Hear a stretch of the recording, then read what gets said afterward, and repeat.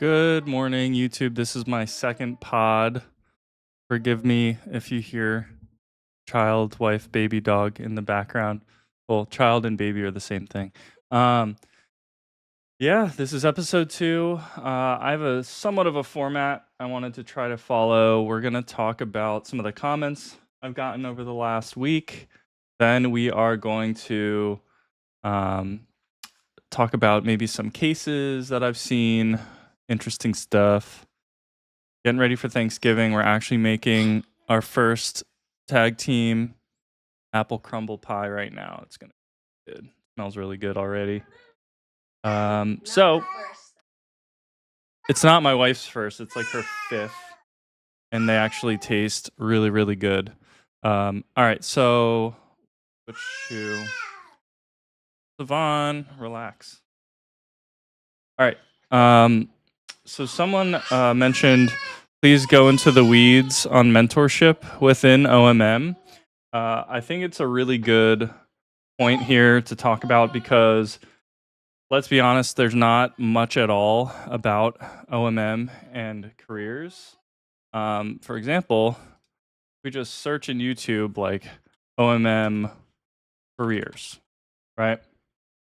If we look, what do we got? Well, got my video, right? Got my video, and then we've got, like, what is this? This isn't even OMM. Careers in video games. Like, what is it? Our money market. So it's like, I don't think there's any other creators or people talking about this at all. Let's look at OMM residency. Okay. There's my video. There's Dr. Mike, MD versus DO.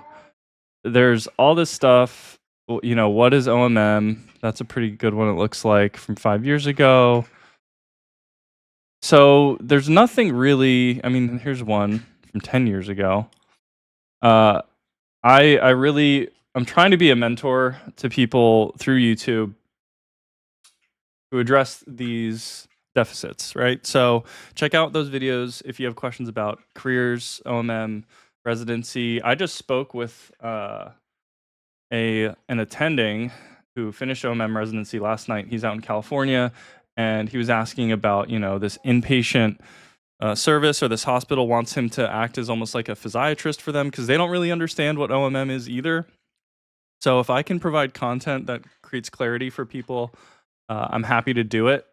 I'm about to launch an OMM consult service with our hospital system to get numbers for our residents, because that is required. And it's going to be really successful, I think. So looking forward to that, and I'll tell you guys a lot more once it launches. Of course, don't want to jinx a single thing.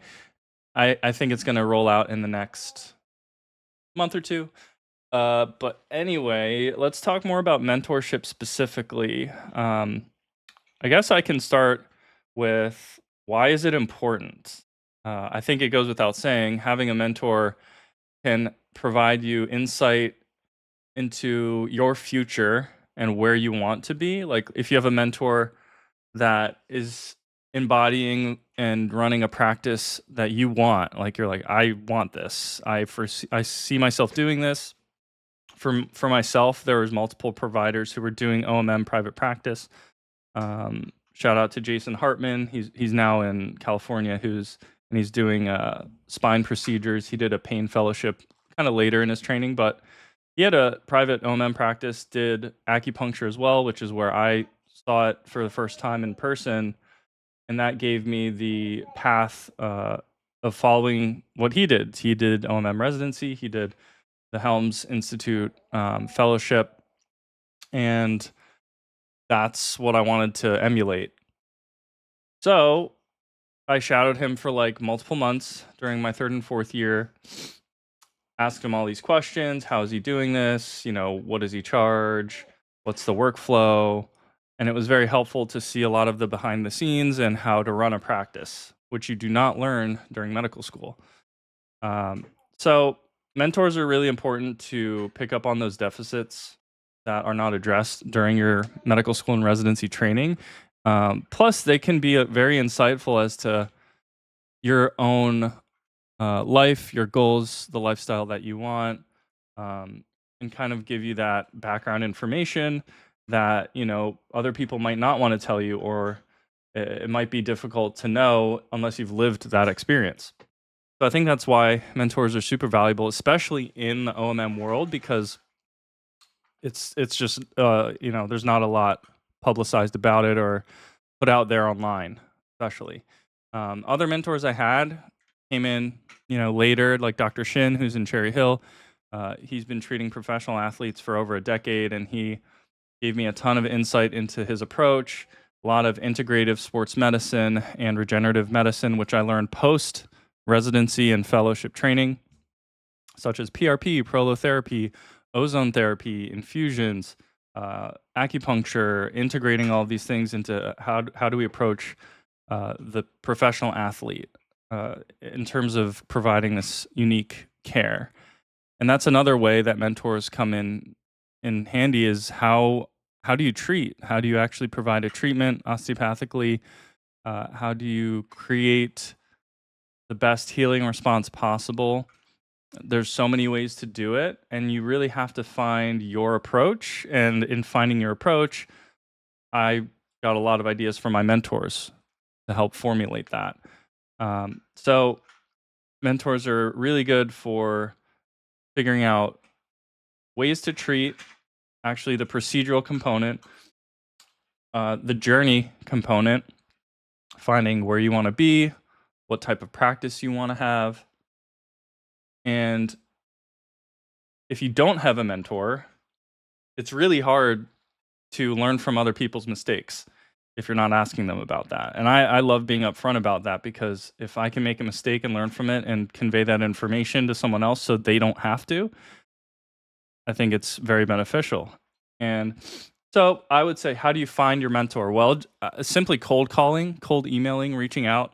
I get a ton of messages and comments. I have multiple calls. I had maybe 3 or 4 phone calls this week from people across the country, not even students. They were like attendings who want to either pursue a specific type of practice or are looking to expand their scope within their state or their region. And how do you do that? I don't think there's any real hard rules or anything written about it necessarily within the OMM sphere. So I'm kind of like a person to ask. And I've done it. I've done academic. I'm continuing to do academic OMM. I love it. I'm going to do this probably for forever, as long as I can. I've done private practice. I've done cash solo practice. And now I'm starting an inpatient service, which there's a lot to go into that too. But again, mentorship is super important. I owe a lot of what I've learned in my approach to my mentors specifically. And I really encourage you to find at least 1, 2, or 3 mentors that you can bounce ideas off of, see how they practice, and ask them a lot of questions. So a good mentor is someone who's honest, who is not trying to sugarcoat things or bias you towards anything. I know in being a mentor for my students, I tell them like, hey, listen, this was the path for me. If your path is like interventional radiology or surgery, go with that 100%.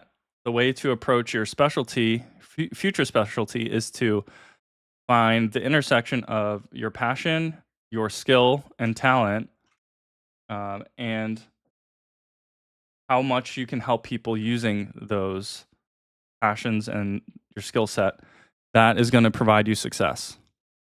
Because ultimately, the more you help other people effectively, the more you're going to be fulfilled. And the more you're fulfilled, the less burnout you have. And the less burnout you have, the more longevity you have in your career and in your life, ultimately.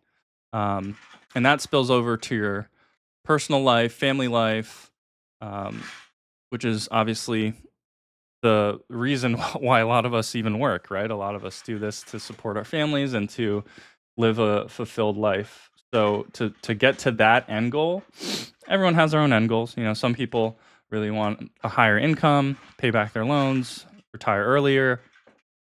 My goals are to teach everything that I know to the next generation of DOs, and really anyone who wants to learn. To be honest, don't have to be a doctor to learn stuff, right? So, uh, I think in finding your mentors, you got to first define your goal.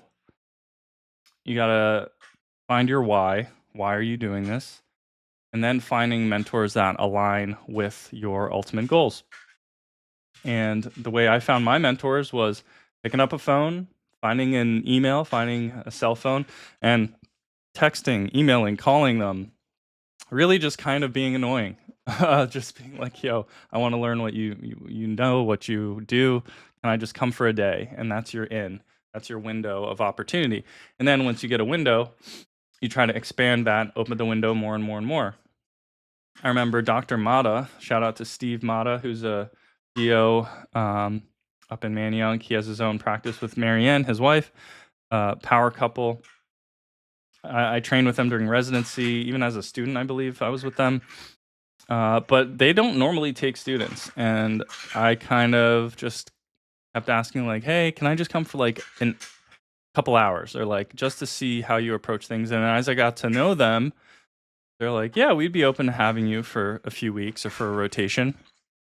And that's how I got my foot in the door. And so I encourage you, worst that can happen is they just say no, or they don't respond. And then you're back to where you were anyway. So just reaching out, really word of mouth, I think is the best way.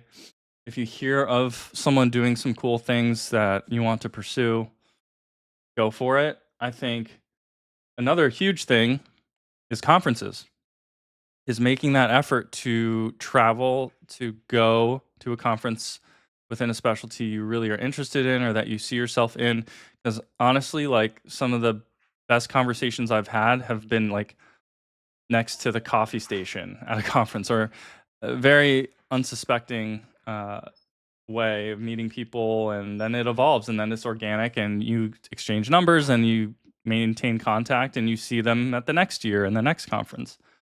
And that's how you network nationally and how you find jobs and all of that good stuff. So sometimes mentors come out of left field, and sometimes mentors aren't even physicians. They can be your mentors can be, for example, at Rowan, I have mentors who are PhDs. I have mentors who are have masters in education, and I learn a lot from them in educational approaches. So I wouldn't pigeonhole yourself in terms of like the exact mentor that you think you should have. Just be open. Be open to different types of people and different ideas. Try things. Don't be afraid of failure. Failure is how you learn. Mistakes will happen. It's just a matter of how you can adapt to change and adapt to those situations. And that's how you create resilience, and that's how you add to your success in the long run. So I think that's kind of my thoughts about mentorship.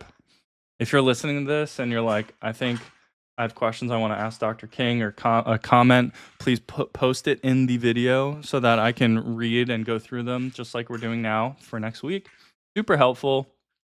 I love it because I actually can provide value for people watching this stuff. You 10 or 20 people out there. I got 60 on my last pod. That's not too bad. So as we continue through some comments here, let me go back here. So what other comments did we get? We got here. So I just want to say, as a 20-year-old who gravitated towards OMM since I was 13, I mean, this is like pretty unheard of. I only learned about OMM in applying to DO school. So the fact that you know about this way, way sooner is pretty amazing. Not to gas you up too much, but we got like the next Sutherland or next AT Still coming here. Hey, if I can inspire someone, like, that's awesome. Most of what I read online, it's just the typical AT Still disciple wannabe. I mean, I am for sure. pseudoscience medicine type things. I was pre-med in high school. Then I tried to swear off medicine at 17 to become a fiddler. Now I'm back to pre-med, and I have an eye towards med school. Dream school is Unicom. Hey, one of my current fellows is from Unicom. She's excellent. Shout out to Hope for watching. I love the history, philosophy, and frankly, I always loved bones and anatomy. Hey, even better. Anatomy is what I base everything off of clinically. Personal experience being chronically ill made me a believer in the sheer need for OMM. I agree. Just want to say thanks for making videos and keep making them. I certainly will. And that's another thing is like, I just want to provide a resource for if there's like a teenager out there who's just perusing and who's interested in OMM and they come across my video, that's awesome. Like, reach out to me. Hopefully I can guide you towards the right direction, help with your applications, etc., and just like be a guide. I'm all for it. I was actually at a PCOM alumni event at OMED, and one of the students there, I think he was maybe one of the OMM scholars.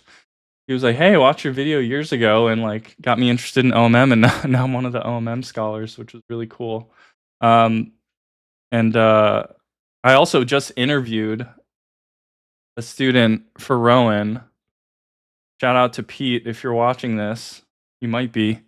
He watched my video like what 4 years ago. I think he was maybe in high school or college and was like, "Oh my gosh, like OMM is what I want to do." Maybe I could actually find his comment. Yeah, here's Pete.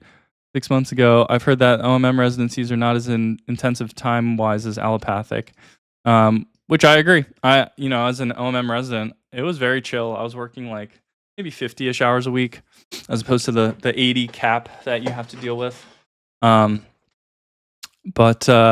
so Pete actually just interviewed for Rowan, and I think he might have commented on like one of my first videos. This is like 4 years ago or something. I don't remember which one it was, but it was like, I was like, oh my gosh, this is pretty cool. It's come full circle here. Let me see. This is a year ago. Dr. King, I love what you're doing here. Specializing in OMM seems like the perfect mix between modern healthcare and holistic approaches. It seems to be a very niche career path. There's not a lot of information out there. I hope to follow this path, and I've had a difficult time finding more information about it. Love to come shadow you or practice or talk to you about your experiences. This was like a year ago, and I literally just interviewed him. And hopefully I'm not spoiling things, Pete, but congrats on your acceptance, because they told me you got in. So yes, if you subscribe to my YouTube and I interview you, might be kind of favorable. No, I'm just kidding. I'm not selling. My wife's laughing at me. I'm not for sale, you guys. But anyways, yeah, this is episode 2. Episode 1 I posted 6 days ago. I'm trying to post on Saturdays because frankly it's the only time I have to like sit down and do this kind of stuff. So that's about mentorship. Now let's talk about a case that I had. So this week, and I have a physiatry resident who is doing a case write-up and submission to a conference right now about this case. Have you ever heard of a Portuguese man-o-war? Portuguese man-o-war. So let's look at this gnarly guy. Check that out. It's actually a multi-organism structure. Pretty cool. What is a Portuguese man-o-war? It is a marine organism, often mistaken for a jellyfish, actually a colonial entity made up of specialized individual zooids that function together, characterized by its balloon-like float, which can be blue, violet, pink, and has very long tentacles that can reach over 50 meters, which is insane, right? Like, talk about freaky. I'm gonna adjust my screen here. Yeah, that's like nuts. So my patient was at a wedding. Sorry, I'm adjusting this a little bit. My patient was at a wedding in Jamaica. She's just in the ocean chilling, and then feels, I don't know if she even felt anything right away. She just like was there and got out and then saw her arm was red. Her dominant arm was red. Later that night, broke into sweating and hives and thought it was a jellyfish, just like the initial neurologist that evaluated her a few months or a month after when she got home. But yeah, pain was 10 out of 12, 13 out of 10. And, of course, you're in the ocean. You're like, oh, I got stung by a jellyfish. But I think it was a Portuguese man o' war because these are generally more severe, and she's been having pain for about 2 years. So I've been treating this Portuguese man o' war sting, right? Kind of crazy. I've never had another case like this. I don't think there's much published about it. So let's go into this a little bit more. Oops. I'm gonna just use Copilot. Yeah, so this man o' war got her in Jamaica. So if you're going out to the Caribbean, just be careful. Because the sting, it like doesn't even have to be close to you. It could be 50 plus yards away, and it could get you on the arm, the leg, etc. So it has a float, a pneumatophore, and it's like a gas-filled sac, and it has tentacles and extend very, very long with nematocysts. So these are the stinging cells that inject venom and paralyze its prey. Although its sting is extremely painful, it is rarely fatal. The venom can cause intense pain and welts, swelling and redness, and in rare cases, systematic reactions such as fever, shock, or difficulty breathing. First aid includes removing tentacles carefully, not with bare hands, obviously, rinsing the wound with vinegar, immersing in hot water but not boiling to relieve pain. I feel like that might make it worse. I'd want to just like ice it. That's just me. Also, by the way, I read you do not want to pee on the affected area. Like a lot of movies and pop culture, they're like, oh, just pee on it. That can actually cause more venom to be released. So please don't pee on yourselves, guys. In general. What'd you say? What happens if you pee on a frog? What? Okay.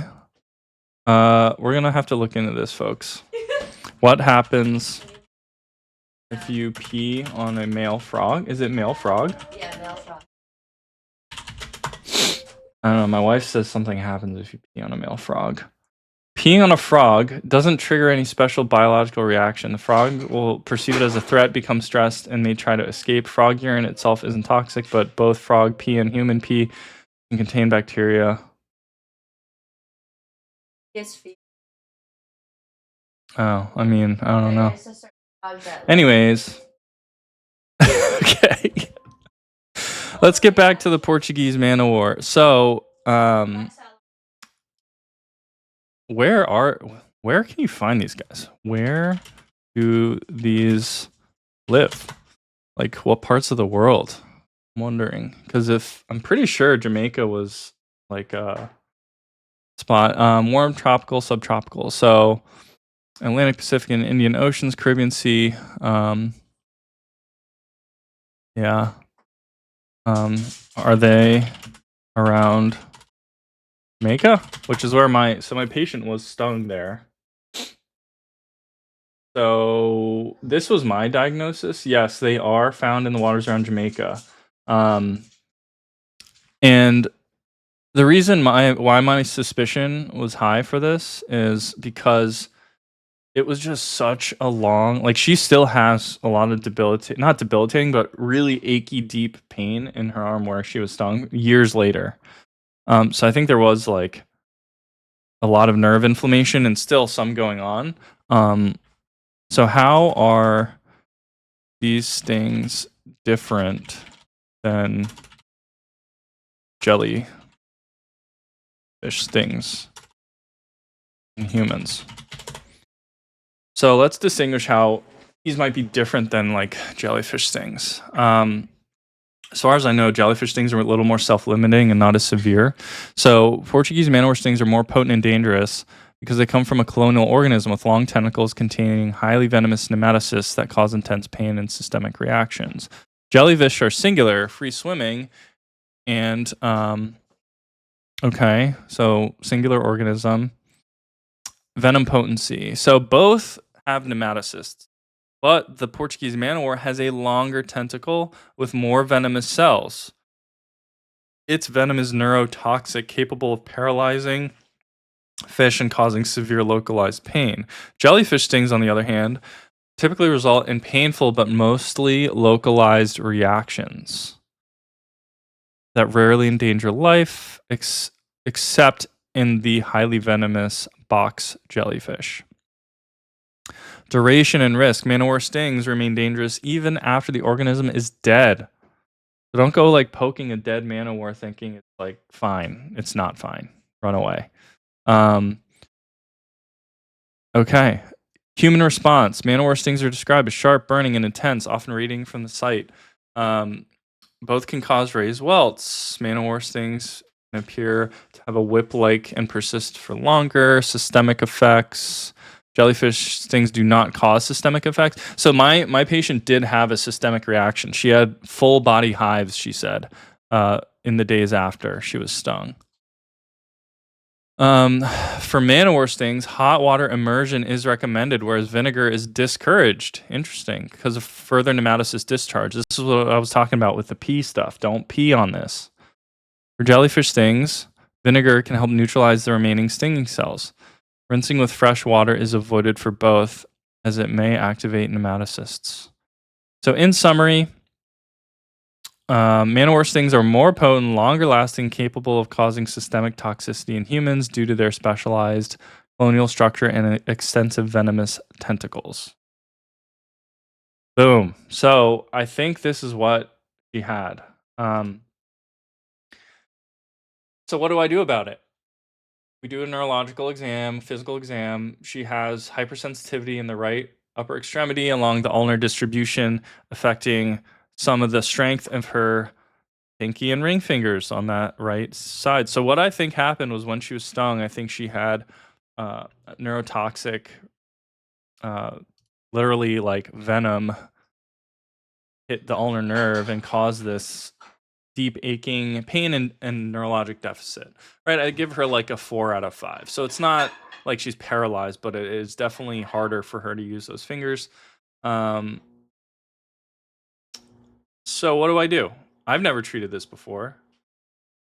I think of anatomical principles, right? And what tools do I have? Well, I have OMT, I have acupuncture, I have trigger points, I have, other consultants who I can refer her to. She's been to multiple neurologists. They just threw some gabapentin in and Lyrica, and we're like, yep, this is what the treatment is. Gabapentin, Lyrica. Gotta love it, right? Makes people drowsy, kind of works.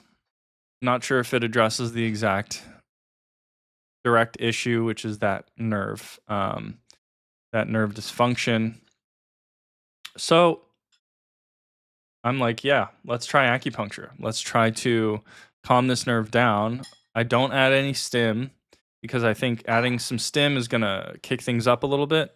And first treatment, I just did some needles like Heart 3, for example, which is right here. So it's like right kind of on the inside of what people call the funny bone area, right in that divot here.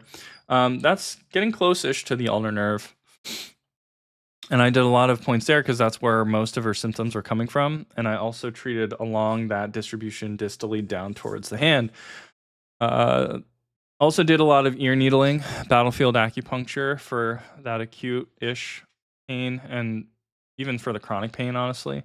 And she never had acupuncture for this before, to my knowledge. But I was like, hey, it's worth a try. There's 3 options. Either it does nothing, it feels better, or it gets a little bit worse and then starts to slowly go back to your baseline again. I've never seen, I mean, knock wood here. I've never seen, this is wood too. I've never seen Acu cause like a long-term adverse reaction, maybe within a day or two. So that was it. And then what did we do? Here's um, well, I saw her a month later and she said, you know what? Her pain went down significantly for a week after that first visit. And it's been the only thing that has given her relief so far. And I was like, perfect. We've got a window. Let's try to increase the dose. So what I did the second time is added a few more needles to the treatment and added some stim. Turns out adding the stim kind of nullified the treatment and she didn't get as much relief from that second treatment. So third treatment, I dialed it back to emulate the first one, and lo and behold, she had again about 2 weeks of relief that time. I also added alpha lipoic acid as a supplement. This actually has decreased her Lyrica burden. So the amount of Lyrica she has to take has gone down, especially during the day, because she says the Lyrica makes her kind of like a zombie and sleepy. So of course we don't want people driving around on Lyrica and trying to function and do their jobs with Lyrica in their system. So she just takes it at night and takes alpha lipoic acid, I believe 600 milligrams per day, or like 2 capsules. So let's look up what that is, because I'm not sure if you guys know about it. Shout out to Dr. Fuller, who was one of my attendings during residency. He is another mentor of mine. He taught me about this. So alpha lipoic acid is a naturally occurring compound that acts as a powerful antioxidant involved in energy metabolism. Okay. It's a vitamin-like compound found in small amounts in food and synthesized in the body. It is neutralizing free radicals in both fat-soluble and water-soluble environments. Pretty versatile antioxidant, potential health benefits, etc. So let's ask it, is it good for neuropathy? Which is a loaded question because I know it is. But let's let it think here and go down. So I've seen studies for diabetic neuropathy and using alpha lipoic acid. It may help improve symptoms of neuropathy, particularly in diabetic or chemotherapy-related nerve damage due to its antioxidant nerve protective properties. How it works for neuropathy. It reduces oxidative stress, improves blood flow and circulation, supporting nerve repair, regenerates other antioxidants, reduces inflammation, and enhances mitochondrial energy production. Okay. Now, I always like to look at these sources, right? So this looked like it was medically reviewed by a DO. Okay. I always want to try to find the actual papers, right? So let's look at, we go to open evidence. I like to use open evidence to look at actual papers, right? Because it's important to actually verify what you read on the internet. So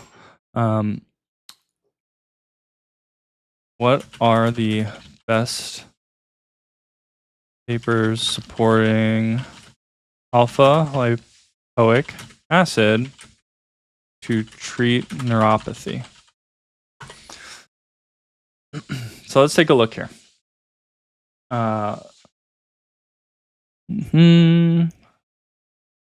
So in 2024, a Cochrane review found that ALA probably has little or no effect on neuropathy symptoms. With moderate to low certainty evidence, and all included studies were at high risk of attrition bias. There's another one, 2023 meta-analysis. 1,200 patients found that oral ALA improved total symptom scores in diabetic neuropathy with a dose-dependent effect. However, improvements in objective measures were not significant. Another 22 meta-analysis found that ALA reduced TSS and specific symptoms like stabbing pain, burning, paresthesia, numbness, and diabetic polyneuropathy. Okay. 2006, oral ALA 600 to 1800 for 5 weeks every day significantly reduced improved neuropathic symptoms compared to placebo. Okay, so it looks mixed-ish, but more falling in favor for it. And I think let's what are the side effects, right? Like, I don't think they're as bad as Lyrica. What are the side effects of ALA supplementation? I don't believe there's anything super serious. And that's why I'm like, hey, listen, if you're having a tough time taking Lyrica, um, because of the drowsiness factor, like maybe try this. Some GI issues, skin reactions, and blood sugar fluctuations, which are rare but serious in certain populations. So like your typical like my tummy hurts type stuff, mild, and you can take it with food so that those things aren't as bad. So yeah, they're saying it's rare side effects, but anyways, so I started her on ALA. She was in taking it for 2 weeks. Okay. Doing the acupuncture about once a month because my schedule is absolutely nuts. It's probably the minimal amount of time someone can see me for a follow up is like monthly. And yeah, she's been improving. Pretty cool. So that is a little case vignette for you guys about a pretty wild incident. That we'll probably publish in a case. So yeah. I wonder if anyone else out there has been stung by one of these guys. Okay. So let me see. There's other Hello, YouTube. comments in this that I think were pretty good. You can literally see all of, like Miss Rachel stuff on the side. Let's see. So we talked about mentorship. Let's sort by newest first. All right.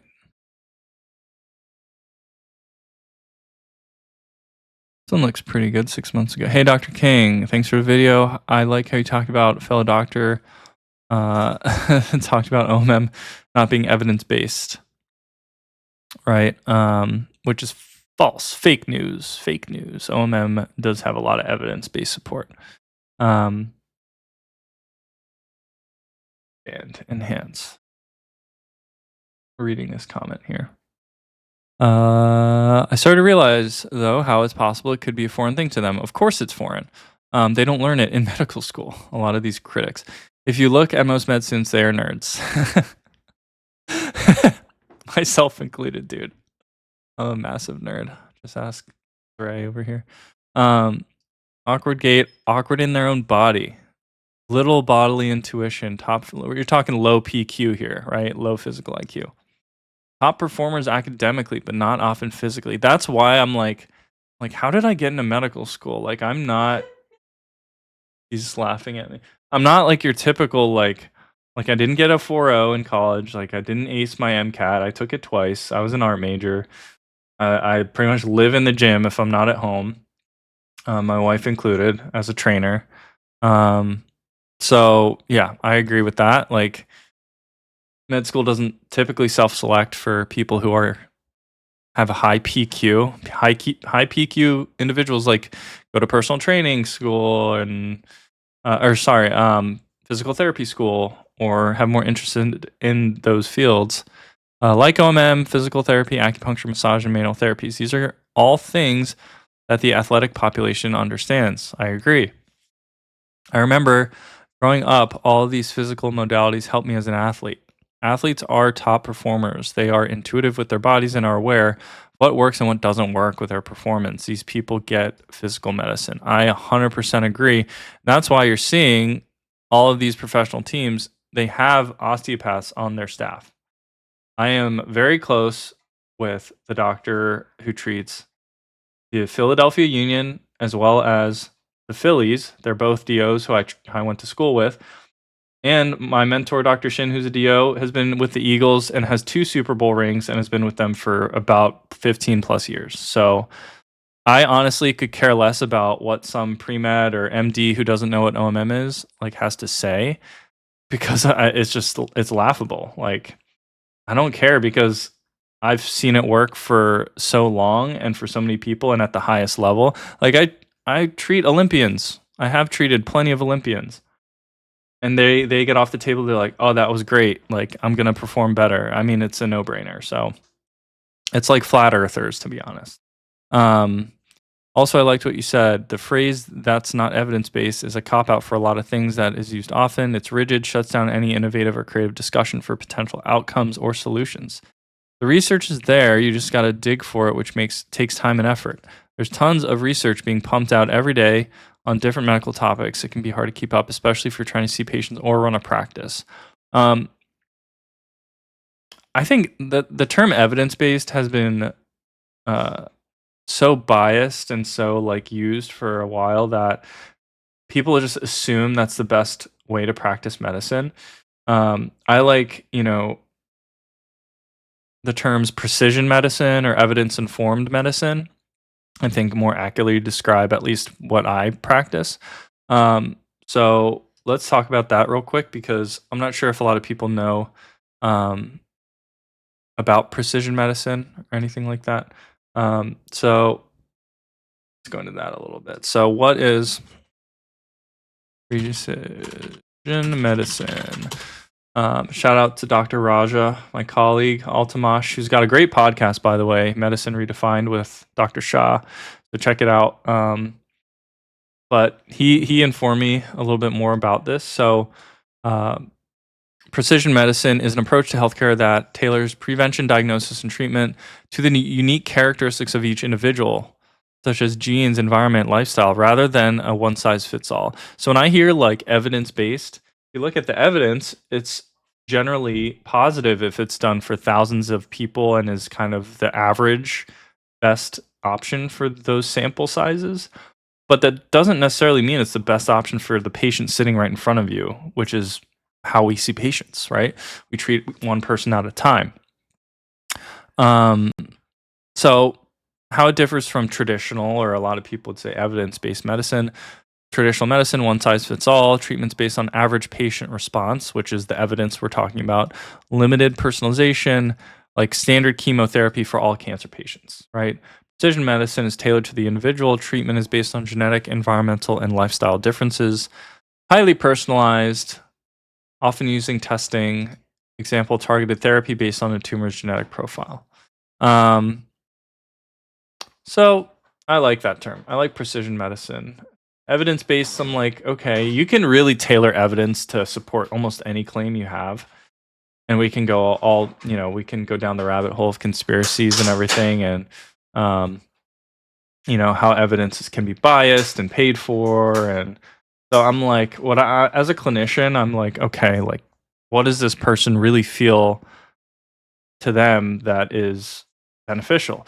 When I treated that man of war patient we just went through, do you think I really like knew what the evidence was of acupuncture treating a Portuguese man of war sting? Like I just thought it would help, so we tried it. Now let's go to open evidence and see. I'm curious, you know, what what it has to say. What are the best papers supporting? Let's say, is there evidence of treating a Portuguese man of war sting with acupuncture? Let's see. I don't know. There is none.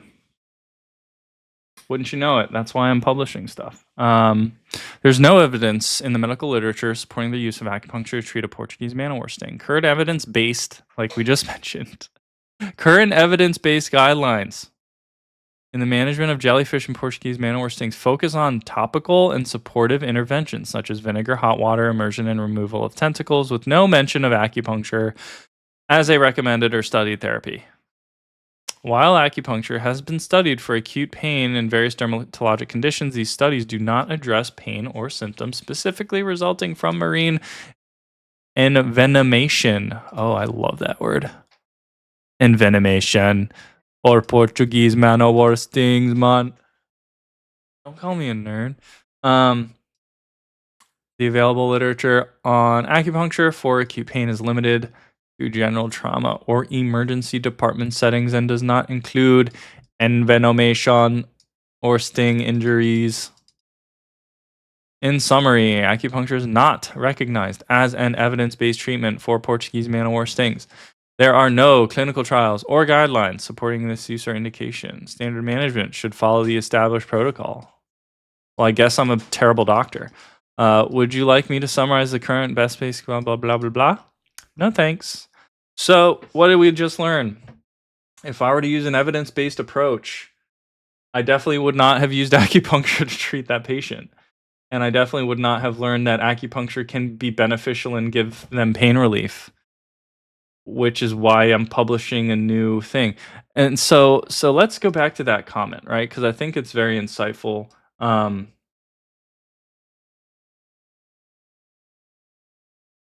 He's saying evidence-based terms. The evidence-based approach can be rigid. It shuts down any innovative or creative discussion for potential outcomes or solutions. And this is where I think about things differently as a clinician. Being comfortable in that creative approach is, yes, I know there's no evidence in support of acupuncture for those stings. But if you have a conversation with your patient and say, hey, this hasn't been done before, but if we continue to not do anything, you're going to continue to be in pain and not know what could help. And of course, as a patient, they're like, well, I'm here to try something new. And that's my job, is to think physiologically, anatomically, and apply that knowledge to a novel problem that I've never seen before and that no one's ever taken a specific approach with before. And that's where new ways of treating comes from, is actually by maybe not following that evidence basis because there either have been not enough evidence or no evidence at all. And if everyone's doing evidence-based stuff and that evidence is just like these averages, then guess what? All these rare things, these weird things, patients that need help are not going to get any. So just some food for thought. Maybe, I don't know. Watch, I'm just going to get every jellyfish and man o' war sting on the East Coast come into my office after this video goes like viral. I don't know. I know. My wife's like, you're too booked up. I agree. I think I have a 6-month wait or something crazy. Well, hey, we're at like a 45-minute mark. I think that was pretty good. If you like the content, if you like the video, do all that stuff, right? Like, subscribe, share, comment. Every week I'm going to follow somewhat of a formula where we go through comments, answer anything from the week, talk about maybe a case I saw that was kind of weird or interesting, go down some AI rabbit holes, look at some papers, and maybe we learn something. So I hope you guys have a great Saturday, great weekend, great week coming up, and a great Thanksgiving. Probably won't be posting another one before then. So enjoy that, and I will see you in the next video.